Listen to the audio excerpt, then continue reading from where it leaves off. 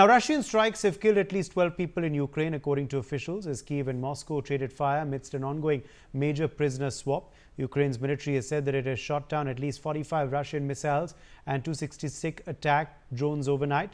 4 people were reported dead and 5 wounded in the western Khmelnytskyi region, while Kyiv came under attack for the second night in a row. 4 people were killed and 16 injured in the Kyiv region, including 3 children, in a massive night attack. A man was also killed when a residential building was hit by a drone in Mykolaiv in southern Ukraine, according to the emergency services.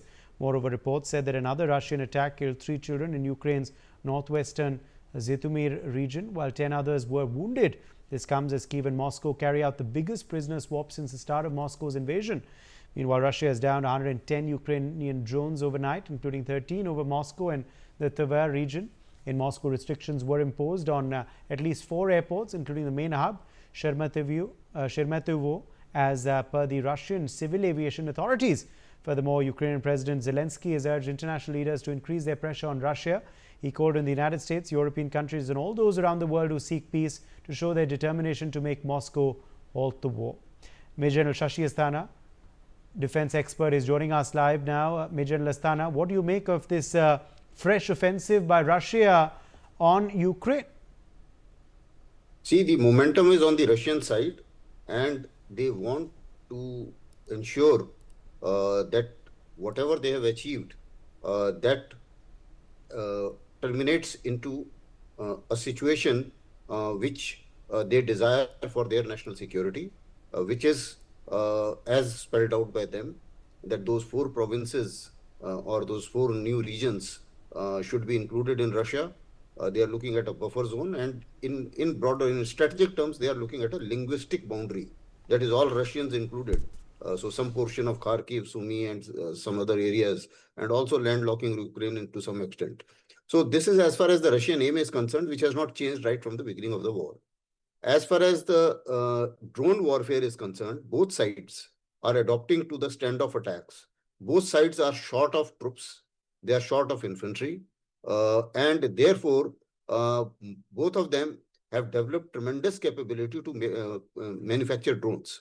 As I see, Russians have earlier inducted Shahid drones from Iran, and thereafter they started bulk production within Russia.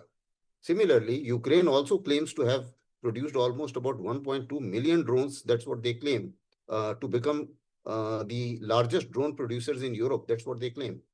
So what we visualize now is that the warfare is more on the standoff attacks and damaging each other's infrastructure by drone attacks, and not too much of ground operations.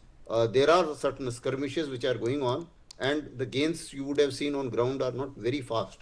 They are reasonably slow, although Russians gained a fair amount of territory because they had a compulsion to push Ukrainians out of Kursk region, which they have done. So this is where the things stand. The 2 sides, as far as the peace initiatives are concerned, are poles apart, because as far as Russia is concerned... Because I was just going to ask you that, Major General Asthana. The fact, of course, is that this is happening at a time when the prisoner swap has been agreed to. So is this, obviously Russia flexing its muscles, or should this be read as a complete setback for mediation peace efforts right now? Because the prisoner swap was a step forward, but is this offensive a step back or not quite? See, the peace was more of an optics by USA. Otherwise, I don't visualize that neither the Europeans are very keen for peace, nor Russia seems to be that keen, for the simple reason because their end state, which they have visualized for themselves, are widely apart. Now, Ukraine, after a lot of meddling by USA, had agreed that okay, he will give up Crimea, but he doesn't want to give up these 4 the Donbas region and the other 2 provinces, Zaporizhia as well as the other one. So that is so this is as far as Ukraine position is concerned. Similarly, as far as Russia is concerned, they will not give anything which they have captured. At the same time, they also want Ukrainians to vacate the remaining part of Donbas region. And they are looking at the linguistic boundary, as I said, Russian-speaking population, and a boundary which gets all the Russian-speaking population themselves, so that they are not troubled by Ukrainians, which Russians alleged that the Ukrainians have been ill-treating them. So these are two different end states, and therefore peace was not on the horizon. There were only excuses.